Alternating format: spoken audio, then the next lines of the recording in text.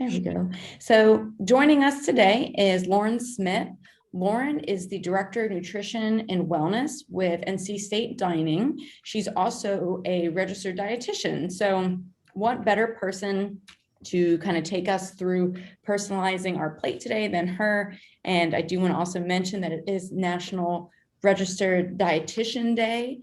So we're extra appreciative of Lauren and all of the work that she does to help make our campus healthier and well. So with that, I will hand it over to Lauren. Thank you, Katie. So hello, everyone. I think I also see a few familiar names. So welcome back if you've heard me present before. As some of you may know, I like to have things be very conversational. So if you have any questions throughout this presentation, feel free to pop them in the chat or just take yourself off of mute and ask a question.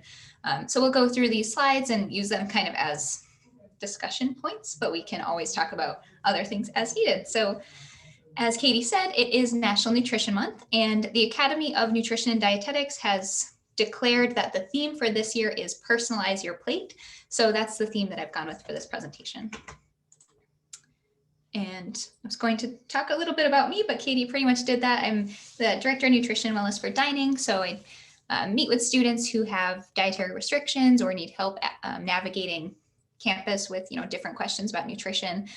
So I'm available to meet with students on or off meal plan and help them decide whether or not they want a meal plan, things like that. And I have a little bit of say with the menu. So if anyone ever has any suggestions for menus or changes within dining, feel free to reach out to me at this email address. So for today, I'm hoping that all of our participants will be able to understand the basics of building personalized, balanced meals and snacks, talk about ways to create healthier food and beverage choices.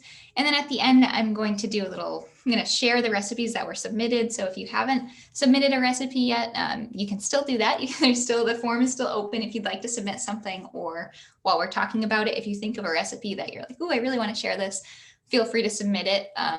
Basically, I've set up a folder so that I'll share everyone on it after this presentation, and then everyone will have access to the recipes that were submitted. So really the goal is to share ideas with each other and learn from each other, because that's generally the best way when trying to navigate the world of nutrition and how to navigate everything with working and living life while also eating healthy.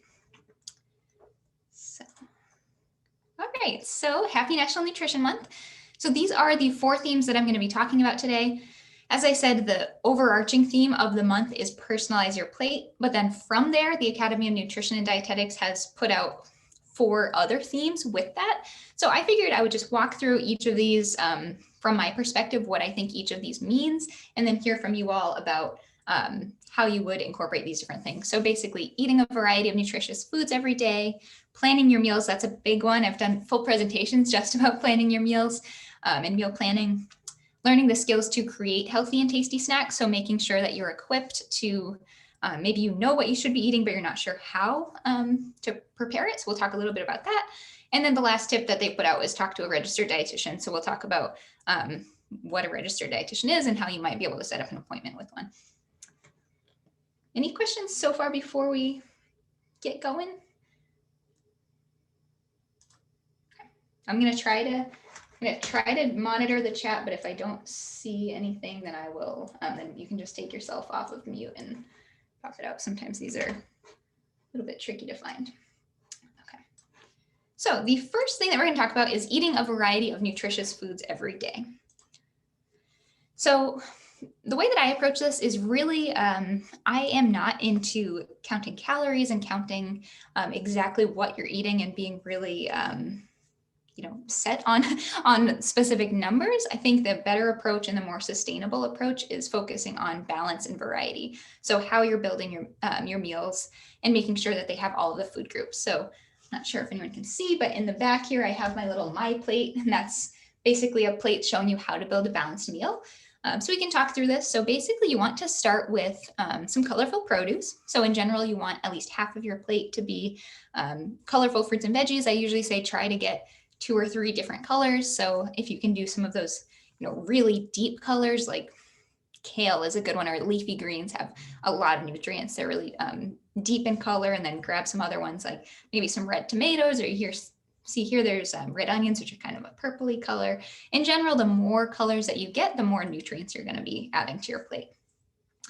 The next step will be add in some whole grains. So a whole grain is something that hasn't been stripped of its nutrients. So when you are eating something, maybe white rice or white bread or some kind of refined grain, that has actually been stripped of part of the grain. So it loses some of the fiber and B vitamins. But if you choose a whole grain, that would be things like whole wheat flour or brown rice, quinoa, farro, those types of things are whole grains, and they're going to have a little bit more nutrients. So you can add that in about a quarter of your plate, usually about like a handful or 1/4 of your plate should be a whole grain. Add in a lean protein. So things like chicken or fish is a really good one that also gives you some healthy fats. Lean cuts of beef, really anything that has a smaller amount of fat in it. I got a really good question the other day when I was doing some tabling. We were talking about lean proteins, and a student came by and listed all of these sources of protein, and he listed all of these ones that were lean. And then he's like, well, what isn't lean then? So we basically talked about things like maybe bacon or a steak that might have more fat just naturally in it when you're preparing it. That would be something that's not a lean protein. But in general, chicken, fish, plant-based proteins, so tofu and beans would all be some lean protein. Consider adding a dairy or dairy alternative. So what this means is that not everyone can have dairy. So if you, sorry, I'm seeing at the chat, alternative for vegan. Do you mind specifying what you're saying for alternative for vegan, for lean protein? Is that what you're asking? All right, the chat wasn't popping up until just a second, so I'm not sure if that was in reference to talking about, oh, for protein. Okay, yes. So a good vegan lean protein would be something like tofu or chickpeas. Nuts are a really good one. Lentils. There's protein in nearly everything. I think a lot of people don't realize that everything does have a little bit of protein, but those really good sources are going to be the tofu or the soy milk, nuts, seeds, legumes. Those are all really good sources. So dairy or dairy alternative to the vegan point. Really, you're just looking for a good source of calcium here. I know not everyone likes dairy and a lot of people can't have dairy. So if you can't have milk, try looking for a soy milk or an almond milk that's fortified. Other things, you might be able to get some calcium from tofu or from veggies, and broccoli has some calcium in it. So really just looking for a good source of calcium. And then choosing water as your beverage of choice. So water, doesn't have any calories, doesn't have any sugar added. It really is the best way to keep you hydrated and healthy. And a lot of times people might, maybe they're trying to lose weight and they're not really sure what else to cut out in their diet. And oftentimes we look and see that maybe they're drinking a very sugary latte every day or a soda or something that's really adding up. So if you're able to make water your beverage of choice, that will really help improve your health and also just help you feel better overall. So a few tips I have for this, if you are someone who, I know not everyone likes water, so maybe people get bored of it, you can infuse your own water at home. So that's been something that has been successful for a lot of people, adding in your own fruit or vegetable of choice. And when I say vegetable, I know that might sound weird, lime water, yes. Vegetable might sound weird, but think about like cucumber, maybe cucumber melon, or I used to work somewhere that would do carrot ginger water. And it sounds a little like, oh, wow. But, once you try it, it's really good. So you can certainly make your own flavored waters or go with a seltzer. And I would just encourage you to check out the ingredients and make sure that there's no added sugars or sodiums for that. Yes. So Christian saying lime water is awesome. Has anyone else tried infusing their own waters before?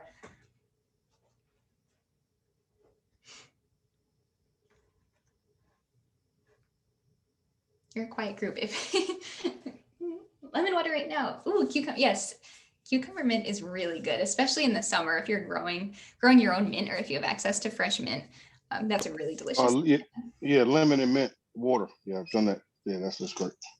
Yes. Sorry for being so quiet. I apologize. Pineapple water sounds great too. Awesome. Any questions about this, about building a balanced plate, or ideas for how to do it before we move on?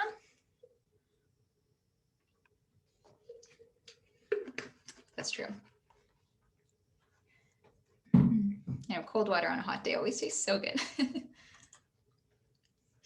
Okay, so I'm going to move into trying to make this more focused on personalizing your plate and getting it really specific to you. So the first thing I want to talk about with this is redefining breakfast. So I sort of had, it felt like an epiphany a few weeks ago when I was thinking about how does one personalize their plate? And I think breakfast is a good place to start because it's, typically the first thing you eat in the morning, but also a lot of people tend to just default to cereal or toast or something that, they kind of always have the same thing. A lot of people that I talk to have what they eat every day for breakfast, and that's that. They've always had cereal or they've always had oatmeal. But really the goal of breakfast, it doesn't have to be standard. I feel like the standard American breakfast food, there's not that big of a variety, but really the goal is to just be well fueled to start your day, right? So it doesn't have to be a breakfast food. It could be leftovers, or it could be a mix, a full balanced plate. And maybe it's not your standard breakfast, but it's going to be really satisfying. It's going to help fuel you. So I don't know if anyone has seen that article that says dietitian recommends pizza for breakfast over cereal. I think there's a lot of truth behind that because pizza is a little bit more balanced, especially if it's homemade. You'll have, you could do like a whole grain crust and load it up with some veggies. And it's going to be, you could add some protein to it if you'd like. And that's going to be more balanced than just a bowl of cereal. So I thought that was an interesting article. And of course, everyone who loves pizza would love to hear that. But it got me just thinking about some different examples that someone might have for breakfast. So thinking about that balanced plate model in the My Plate, perhaps something might be, maybe you do a whole wheat pita and you add some hummus and veggies and olives. And then that's a really great balance of you're getting some whole grains in there, you're getting some lean protein, and then you're also getting some veggies to start your day. So a lot of people don't incorporate veggies into breakfast because it seems a little bit challenging, but items like this, and even an omelet and mixing up some different veggies that you would put in would be a great idea. Some other ideas might be a savory yogurt. So one of the dietitians from Student Health actually just did a demo about a breakfast item that was savory yogurt, and she did olive oil and herbs and paired it with veggies for dipping. So that's definitely a different way to enjoy yogurt than what we might think of. And some other ideas here, maybe breakfast tacos, add in some beans, some veggies, cheese, and do it in a corn tortilla. And then you're getting all of these different food groups and really fueling yourself for the day. Some breakfast grain bowl and congee are two other items that I had here. So that would focus again on the whole grain, add in a nice protein, and then add in some veggies. So I am curious to hear from you all about what types of breakfast ideas, like thinking about this idea of redefining breakfast. I would love to hear what you're eating for breakfast or what ideas you might have had based on what I was just talking about. So if anyone has something that they really enjoy for breakfast that they'd like to share with the group, would love to hear it. When I like to have like a big lunch or I'm planning a big dinner later in the day, in the morning, I like to get a big thing of water and just make a smoothie. And, usually just involve some fruits, vegetables. Sometimes if I'm feeling green, all vegetables maybe. But yeah, definitely smoothie and water in the morning. And then I can kind of eat a little bit heavier later in the day. Sounds definitely like a delicious idea. Great. Smoothies are always good. Yes, smoothies are always. Yes. So what type of, Christian, do you mind sharing like what type of veggies you would put in it? I've been doing a lot of kale. I've been putting a lot of kale in my smoothies. I have this one recipe I learned from my brother. It's a little bit of honey, banana, strawberry, some peanut butter, and almond milk. And they call it the ghost smoothie. I don't know where he got it from, but it's really good. So I use kale a lot, and I'm trying to think of cucumbers. I use cucumbers. That's a good vegetable to use as well. Spinach too. I like to use spinach too. Yeah. Yeah, I found that if it's your first time making a green smoothie, I think I would recommend spinach first, as it seems to make it creamy and smooth, and then transition into kale. I've tried getting my parents, for example, to try a kale smoothie and they will not have it, but spinach they will do. So I would say for anyone who's unsure about a green smoothie, maybe start with spinach. Those all sound like really great great combination. Some other things that I've tried too to make it, mix up the flavors a little bit, even adding herbs. So I've added parsley before, and that adds, it sounds like strange, but it does add a very different flavor, and you kind of just get to mix things up a little bit.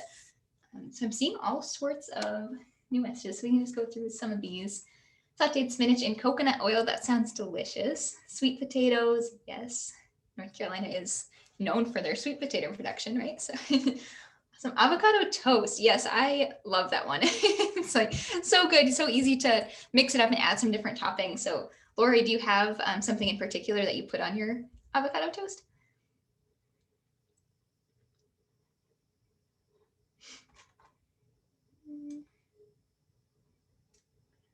Go through, there's so many different things here. High protein, low carb, bread with egg and triple cheese blend. Sorry, it took me a second to unmute.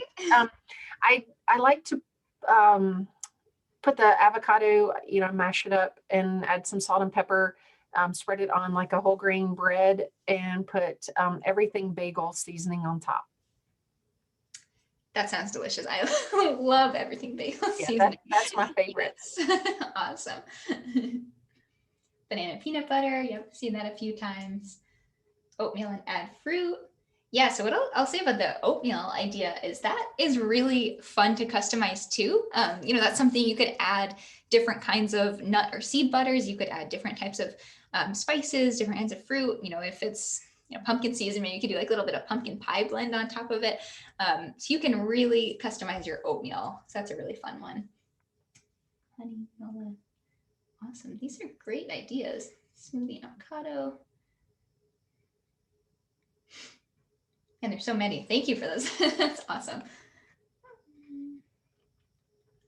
Ooh, eggs. Yes, egg scrambled for sure with all of those veggies. Awesome. Thanks for all those ideas. That's great. And like I said, if anyone has recipes that they want to upload to that Google form, you can certainly still do that. And then they'll all be uploaded to that drive for everyone to see later. Okay, so now let's start thinking about some lunch and dinner. So similar to breakfast, you want to, try to keep things fun and exciting for your lunch and dinner. You don't want it to be a chore to have to make lunch and dinner and have it be boring. So mixing it up and trying not to let it get stagnant. I know it's, easier said than done, but thinking about how can you mix up some of the flavors, even just by adding some different spices. Something that I've recently been thinking about is making food and the meals that you're going to prepare at home more of like an event. So, especially right now with, being kind of stuck at home, you can't really go out to eat as much right now. Maybe think about what would be your favorite restaurant to go to and can you recreate that at home, and then maybe have something to look forward to. So you say, Thursday night, I'm going to make my favorite food that I normally would get at the Greek restaurant down the street. I'm going to try to make it. And the worst thing that happens, maybe it doesn't turn out exactly like it, but kind of had some fun, like learned how to make something new, or maybe learned a new skill. What I've found with making different cuisines that I have never experimented with before is that I almost always learn something new, whether it's a new ingredient or a new way to prepare something. So that's a really fun way to make it fun, maybe for the whole family too. And you could say, what's your favorite place that we get takeout at? How can I make that at home, type of thing. Greek is healthy, yep. And still, ooh, chia seeds in the oatmeal and with the chocolate. That is, yes, delicious. Awesome. So I would like to think about it too, so going back to the balanced plate model, thinking about the foods that you like in each group and how can you pair them together to make something delicious. So it doesn't have to be, it doesn't have to be a particular recipe and, very formal. It can just be, well, I like quinoa and I know I have some turkey in my freezer or turkey in my fridge, and I like some of these other veggies that I happen to have, and I'm just going to build a satisfying meal with it. It can be as easy as that. It can be thrown together. It doesn't have to be picture perfect, Instagrammable. It can just be what you have and how you can build that healthy plate that's half veggies, a quarter lean protein, a quarter whole grain. As long as you're getting in that realm, you're gonna be building some balanced plates with that. Any lunch or dinner ideas? I know this one wasn't as radical as the redefine your breakfast, but any thoughts on this? If not, that's okay. Okay, so I'd like to also talk about some snacks. So I think that snacks tend to get a bad reputation because people sometimes think of them as maybe it's always chips and cookies and maybe not the healthiest things, but it doesn't have to be that way. A snack can be really whatever you want it to be. It can be a mini meal. It can be just a little bit of fruit and peanut butter. But in general, I like to recommend a balanced snack as something that has at least 2 of the food groups. So thinking about maybe how can you pair a fruit or a vegetable with a protein? So maybe that's vegetables with hummus, or it is the fruit with the peanut butter, as a few people were saying for breakfast. I've had smoothies on here. So Christian, you were, ahead of yourself talking about the smoothies, so making some smoothies with milk or yogurt with fruit and veggies. Baba ganoush with pita is a really delicious one.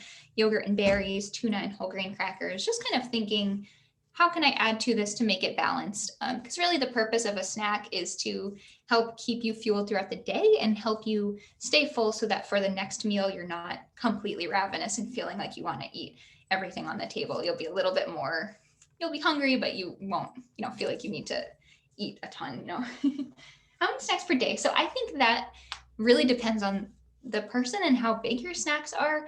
In general, I would say try to eat every couple of hours for most people. I know this is different for everyone, but if you're having small balanced snacks between your balanced meals, I think you could probably have a snack every 2 or 3 hours is what I would recommend as general advice. That of course is not for everyone, and everyone's kind of following different diets.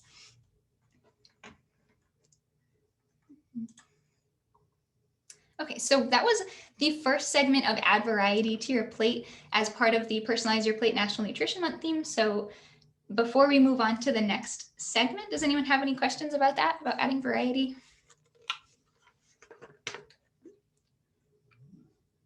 I did want to ask, will we get these slides after? Okay. Yeah, absolutely. And anything that we talk about that we might need more information on, I'm happy to provide follow-up information too. So if there's a recipe that was referenced here that you're looking for, I can include that as well. So just let me know. All right, so we're going to get into the next part of Nutrition Month, which is plan your meals for each week. So as I mentioned before, I love this topic. I've given full presentations on this before. I feel like I could talk about it for a long time, but try to keep it brief because I know we're only going into 1:30. So basically, thinking about meal planning versus meal prepping, just really quickly. So meal planning, both are very important parts of the process, and both are kind of intended to make your week easier, right? So the first part is meal planning. So thinking about what you're going to eat and actually sitting down and kind of mapping it out and just doing the planning part. Versus meal prepping is actually going through and doing everything you need to do to prepare the ingredients and prepare the meals so that they're ready for your week. So both parts are very important in the whole process of preparing healthy meals throughout the week. So how do you actually get started with this? So my recommendation would be to first think about your week and think about what your schedule looks like and pick a day that you can set aside a couple hours to do the actual meal planning and meal prepping.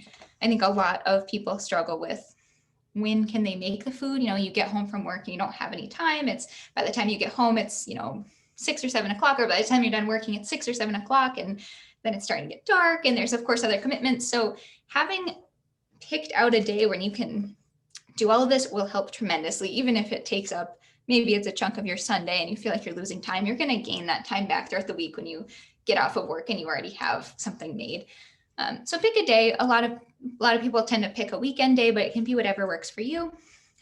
Brainstorm a few things that you can make for that week. So I'm saying maybe pick 3 things, but you can, whatever works for your schedule. If you want to plan out every single thing for the whole week, that's awesome. If you want to just start with, I'm going to maybe I'll make some overnight breakfast. Maybe I'll do overnight oats this week and I can make those today. Really, whatever works. It's about, personalizing your plate and, figuring out what will fit into your schedule.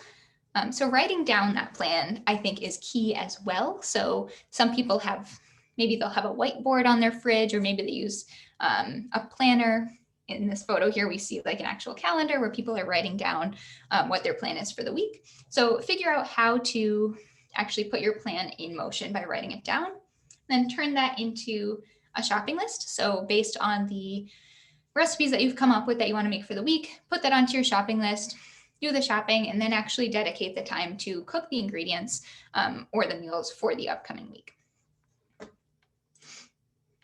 So thinking about that, part of this is it's very helpful to have your pantry stocked with what you need. So this will bring you, when I share the slides, you'll be able to click on this basics, and it'll bring you to a website that has basically Pantry Essentials. So what you need to, at any given time, be able to put together a healthy meal. So it's helpful to have that. And of course, it's going to be different for everyone. So I know in my pantry, I tend to always have crushed tomatoes, a few different whole grains, a ton of beans, but not everyone likes those things. So it might be different for your house. But as long as you have those essentials on hand at any given time, even if I hadn't meal prepped, I know that I could go home and make beans and rice, and then I have some frozen veggies in the freezer all the time. So I could throw those together and at least have a basic balanced meal kind of thing. So think about what your basics are and how you can keep yourself stocked with them so that you're never kind of caught in a pickle, I guess. And then deciding on what you can prep ahead versus what can be done the day of. So if you're thinking about, one example I like to use is perhaps you did salads. So pretty much the whole salad can be prepped the day ahead, but you should probably dress it the day of or right before you're going to eat it.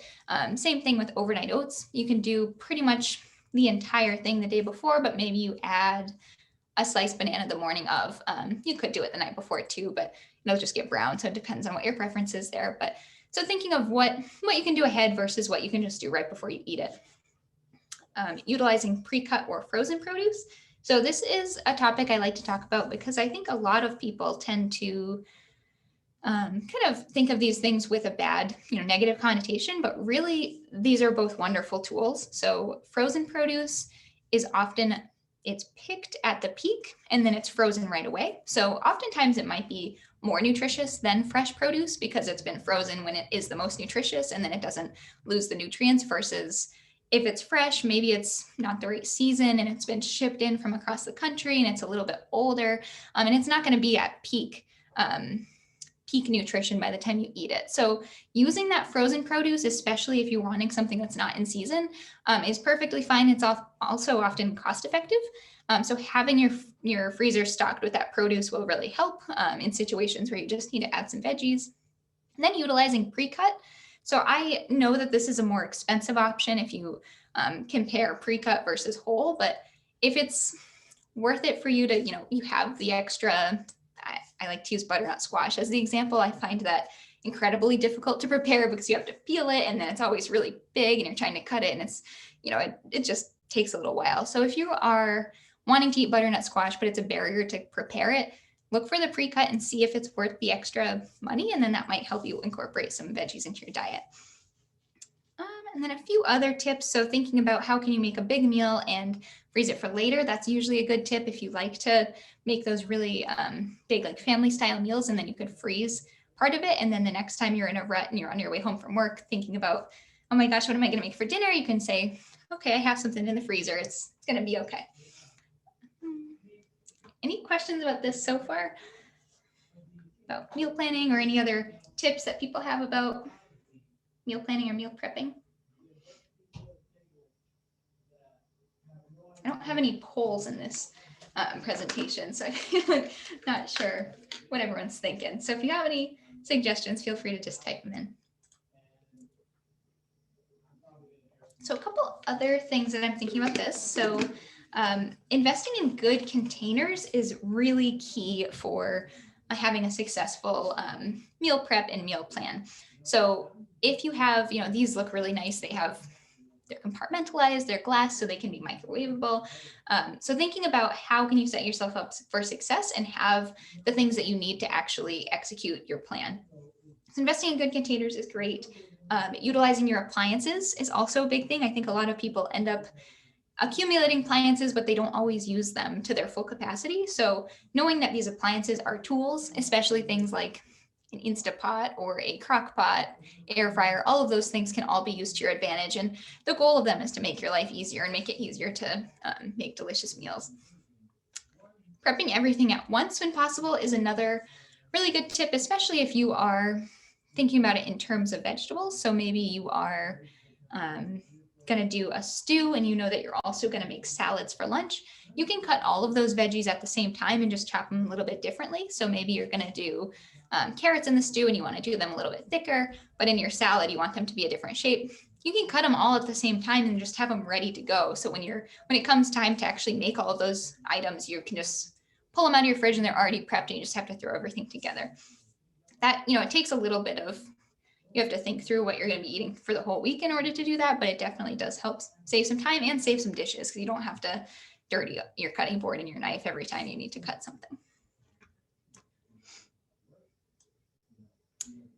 So the last thing I'll talk about here is getting into the routine by pairing a meal prep or preparing a good habit, I should say, really any good habit with another habit tends to help. So something that I've talked about in the past is maybe something that you do every day is make a cup of coffee and you want to add a new healthy habit into your diet. Maybe when you're making your cup of coffee, you are also preparing, a healthy snack for the day or something that you're doing anyways, and you can prepare it with something else that you're normally like, I don't have enough time to make healthy snacks for my day. But while your coffee's brewing, maybe you can put some hummus in a container and add some carrots to it. And then all of a sudden you have a snack for the day.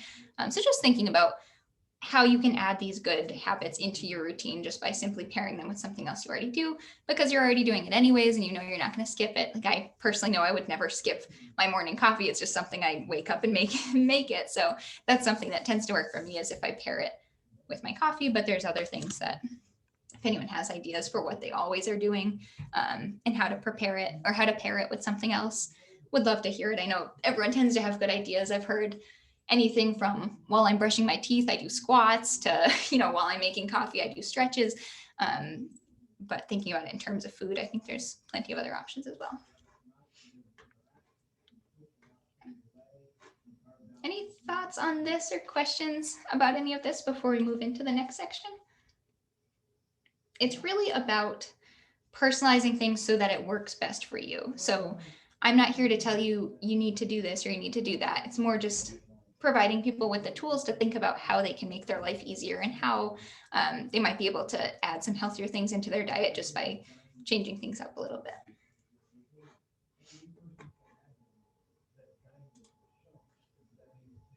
Okay, so for future self, yes, I love that. So I'm doing my future self a favor, pre-making my lunches and salads for the whole week. Let's get going in the fridge. Yes, that is a great point.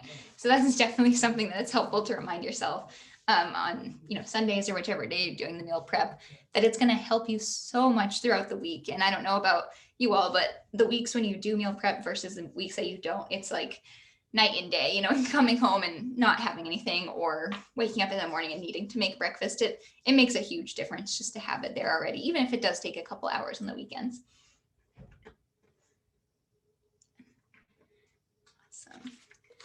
Okay, so I'm just gonna grab some water.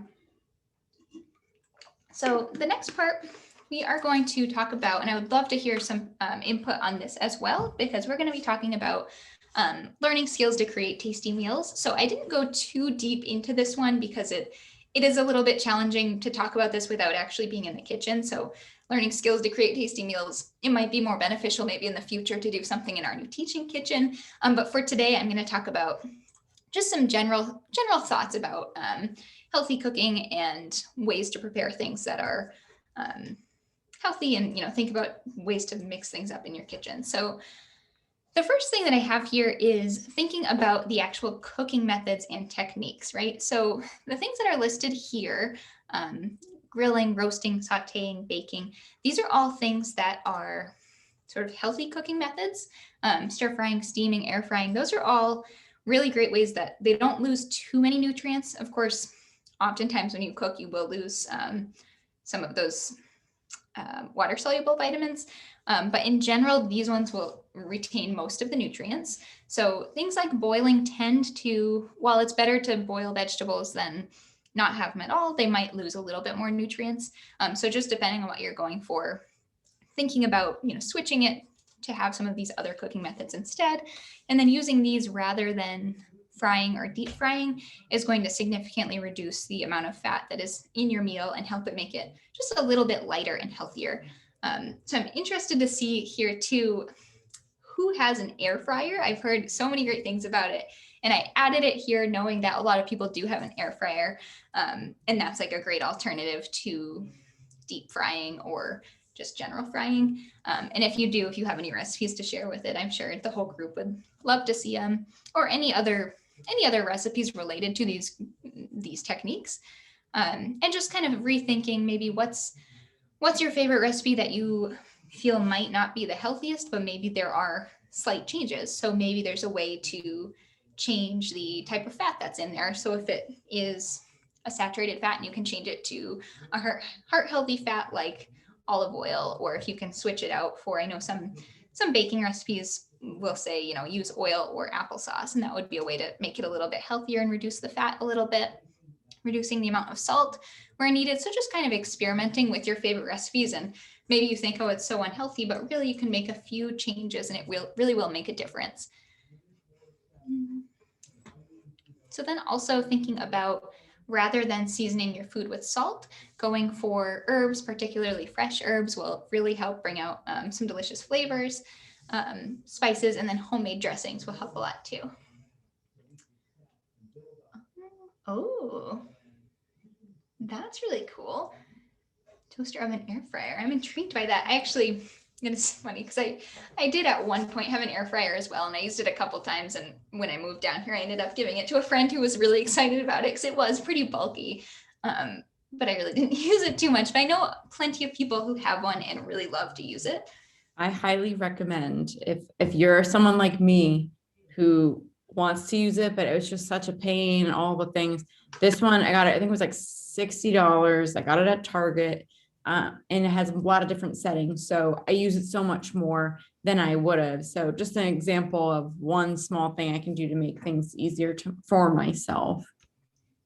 Yeah, that is awesome. Thank you, Katie. Does anyone else have any other appliance that they use that they feel like is a life changer? Any tips to share with anyone else about maybe making slight changes to healthify your recipes? I know we'll certainly get into this when we start looking at the recipes that everyone submitted. I know there were a few recipes that people submitted that had slight changes to make them healthier. Ooh, making wings in your air fryer instead of frying them. That sounds delicious. Yes. Does anyone experiment with, like what I was saying about the healthy baking swaps, like maybe using applesauce instead of oil, or adding beans? When I was in college, my roommate was a nutrition major also, and she used to add beans to all of her baked goods. And they usually were really good and full of fiber, but any kind of tricks like that anyone has?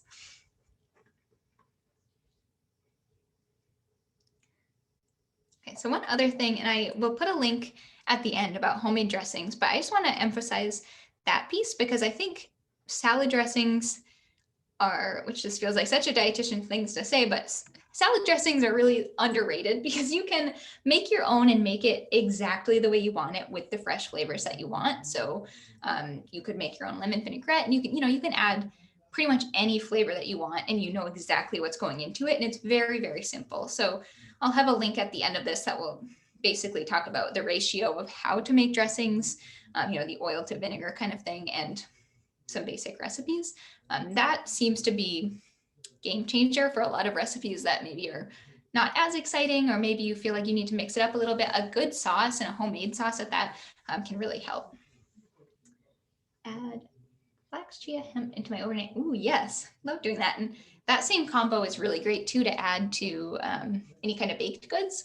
So I made blueberry muffins over the weekend and added some chia and flax to it. And that was, you could barely taste it. You could see that something had been added, but it was, delicious and such great added nutrients for sure.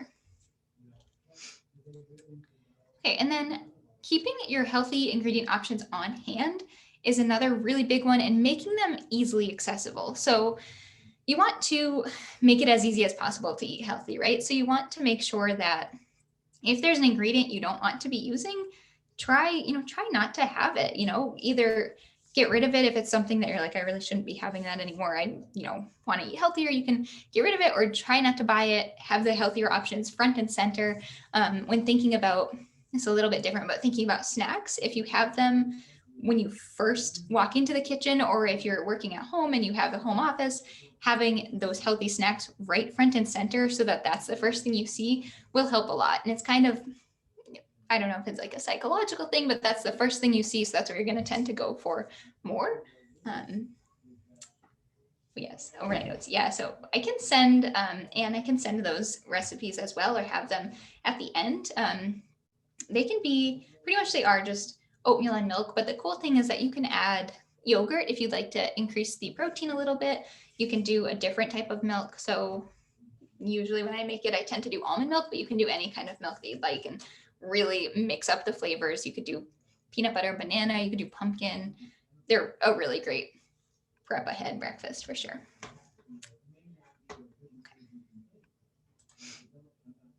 So we are on the fourth point of National Nutrition Month is talking to a registered dietitian. So I just wanted to quickly, not trying to like sell registered dietitians or anything, but I just wanted to quickly go over what they are. And if you are interested in getting a personalized nutrition plan, how you might be able to do that.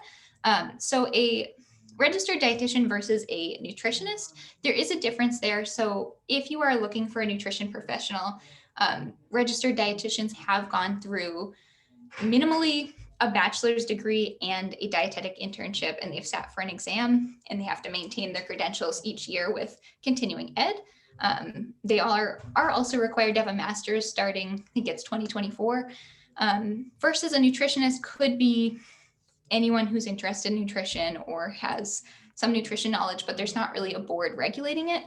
So I would just recommend being cautious about, if you are paying a nutrition professional, just kind of ask around about their credentials. And there's lots of different certificates and everything, but the Academy of Nutrition and Dietetics is the organization that puts out National Nutrition Month and helps registered dietitians find continuing education. So they had wanted to really emphasize talking to a registered dietitian and utilizing them. You can ask your doctor for a referral if you're looking for specific nutrition advice. And really they work in all sorts of settings. So I'm here on campus working with students who have allergies, but there's dietitians in the hospital with working with every kind of medical condition or every kind of nutrition topic. So definitely recommend that if you have further questions about your own specific diet. So just some final tips, and these are, I felt like these weren't necessarily related to those 4 overarching topics, but my personal beliefs about eating well in general. So really it's about focusing on your health. I wanted to drive that home, that it doesn't have to be about your weight. I know a lot of people think about nutrition and they think about it in terms of nutrition and losing weight and getting to a certain number, but that's like the least important thing. So you want it to be how you feel, how you're actually doing, what your doctor says when you go to the doctor and see your lab results, are they all, within normal range? That's really more about your health rather than your weight, because just because you are a low weight or a high weight doesn't mean that you are healthy or not healthy. So that's the first thing. Having staying well fueled with balanced meals and snacks is another thing. So fueling your body the way you need to. So eating throughout the day with those balanced meals will help. I'm going to look at this in a second. And staying balanced throughout the day. So someone earlier had asked how many snacks should you have in a day, but it's really specific to your body and what you need in your own specific activity level and how your metabolism works and everything. So that would be something that definitely a dietitian could help you with, personalize and talk through all of your situation. Redefining meals and snacks. So like I was saying in the beginning, to think about how can I fuel my body? It doesn't have to be a particular recipe or a really specific, meal plan. It can just be making the food accessible and making it a balanced meal. Choosing water as your beverage of choice. As you can see, I've been drinking water throughout this whole time and trying to make sure that I'm staying hydrated. Planning ahead, which will help you save money, time, and stress. That's the biggest one. We really want to make this easy for people and make eating healthy not a chore, not stressful. So planning ahead will help with that. And then the last thing to keep it really within the realm of personalizing your plate is considering different modifications for making your favorite dishes healthier. So you don't have to give anything up. It might just be a few simple changes to help make things a little bit healthier. Okay, so I'm going to read you these comments real quick. Nutrition counseling is covered as a preventative service with the state health plan. Okay, thank you for mentioning that. Able to meet with the registered network, no cost. Awesome. Thank you, Stephanie, for that. Are walking challenges a good alternative to the Biggest Loser competitions? What other better options? So I mean, I'll just say walking is incredible for your health. I think it's underrated. Walking can do wonders for both your physical and mental health. So I think that's a great alternative to Biggest Loser kind of competitions, especially if you are going from maybe more sedentary and you want to get more active. I think walking is a really good transition into other things. And then as you become more comfortable with physical activity, I would say adding some other things in there to help add variety there. Maybe it's some different cardio, maybe it's swimming or running if you feel comfortable with that, or adding in some weightlifting kind of activities. All of those are great, but walking is wonderful. I don't know if Katie wants to add anything to that question, but. Yeah, if you're somebody who really gets motivated by challenges, like right now, the Division of Academic and Student Affairs, we have our Wolf Walks challenge going on right now, which is a step challenge.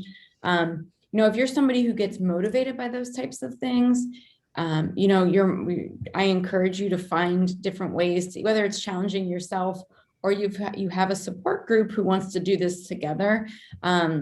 Things like the Biggest Loser, like how much weight can you lose, are obviously problematic for a number of reasons. They also promote unhealthy habits, can lead to disordered eating, lots of things like that. So I would just say, if you are someone who likes to do challenges, trying to focus on, instead of I need to lose this much weight or I need to do this, how do I feel? Am I getting more physical activity? Am I treating my body right? Am I finding a way to move my body that I enjoy? Right. It's just keep that perspective in mind if you are somebody who likes those things.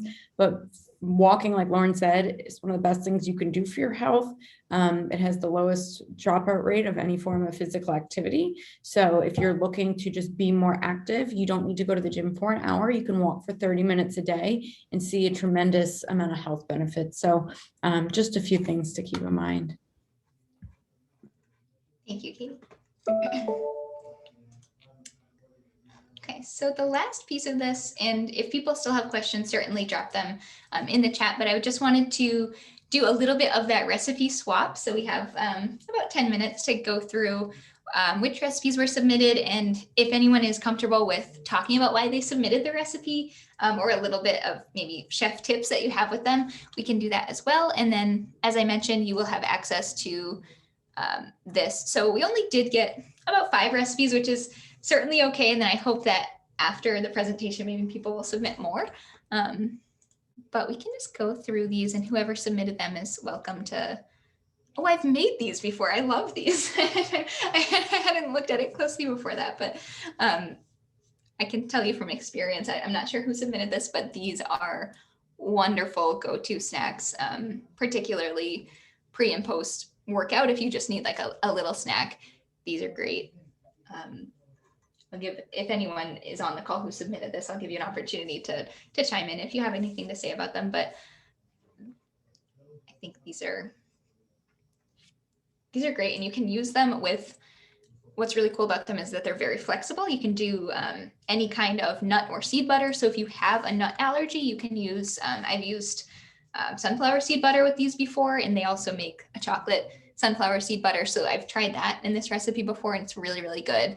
You can do different types of chocolate. You can add more chia seeds or different types of, maybe different types of nuts. So these are really wonderful. And there are lots of, Minimalist Baker is really great, but there's lots of other Energy Bite recipes online. Yes, I definitely will do that. I can actually, I'll put it right in the chat. So if anyone wants to look at it right now, we can do that too.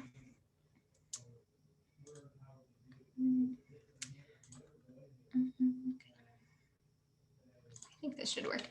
And this will be in the presentation as well if that link doesn't work.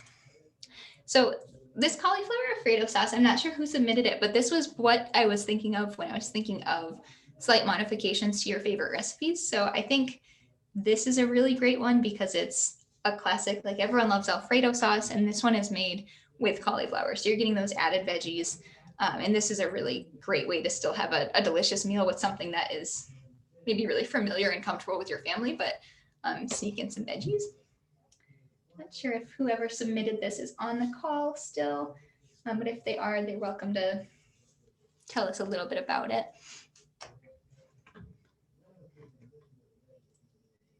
That was mine. It's Robin. Hi, everybody. I love this one because I have an 8-year-old. So anytime I can sneak a vegetable in and she doesn't know, it is like, it's heaven sent for me. So this is one that actually we see a nutritionist with my daughter, and this is one that they recommended, and we love it. And you can use it on, I mean, you don't have to just use it on pastas. You can sometimes, you can put it over chicken. There's all sorts of things you can use it with. So it's just a good little go-to. That is awesome. It looks delicious. I kind of want to go home and try it. I'm interested to see. So we're looking at some different Alfredo recipes for the dining halls, and I'm kind of curious to see if this would be something if the students would notice. Of course, we'd have to include it in the ingredients list just to be transparent. But I'm wondering if, the typical student who might go up and want Alfredo sauce, what they would think of this. So this might be a good experiment for the future. So I appreciate this recipe. Okay, so then we have easy Southern fried cabbage. This looks delicious. I'm not sure if the person who submitted this is on the call. You're welcome to come off of mute and talk about it if you are.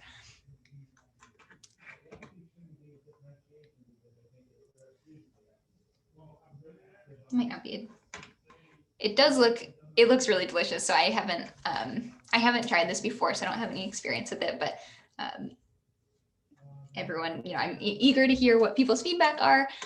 If they make these recipes, would love to, maybe you can share it with the group in a few weeks if you end up trying these types of recipes, but this definitely looks like a good one as well. Cabbage, this is me. And cabbage is always has been out forever and ever. And I've had it since I was like 20, 30 years ago, but different variations of it. And I find, especially at winter time, it's really very satisfying, and it is not fattening, depending on what you put in it. I really don't put the bacon in there, but, obviously that gives it an extra little bit of a smoky flavor.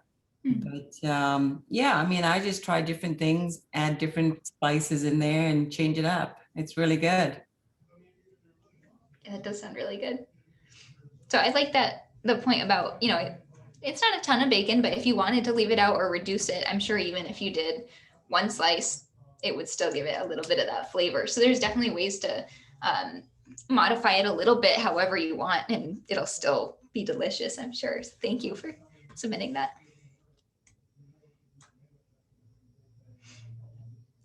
Ooh.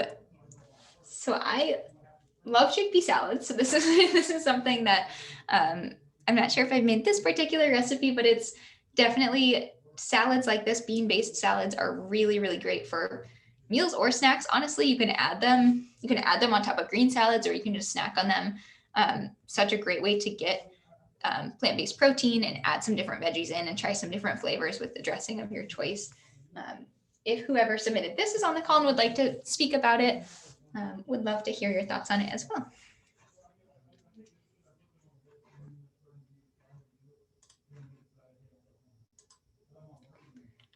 If not, I'll just say highly recommend these types of things.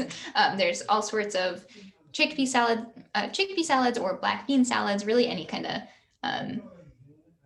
oops. Thanks, Joe. I'm not sure why that link only went to.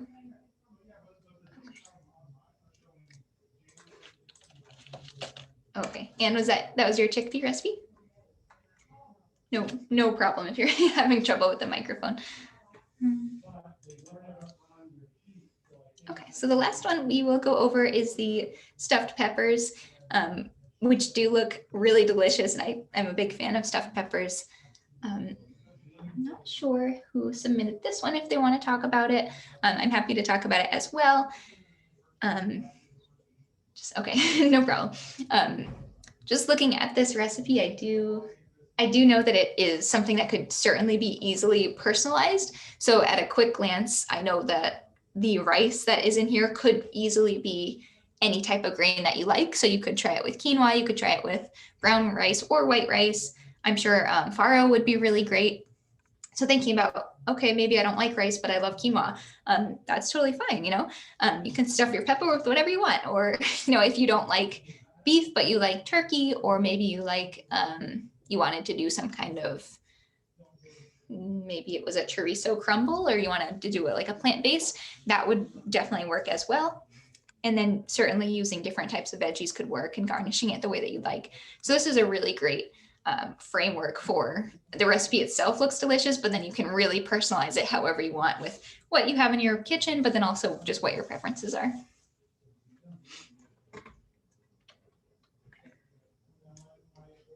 Right. Any other thoughts about either these recipes or recipes that someone is intrigued by and that they want to submit? And we just have about 2 minutes left, so that was just about the end of the full time. So if anyone has any questions or wants to talk about anything, they can feel free to take themselves off of mute.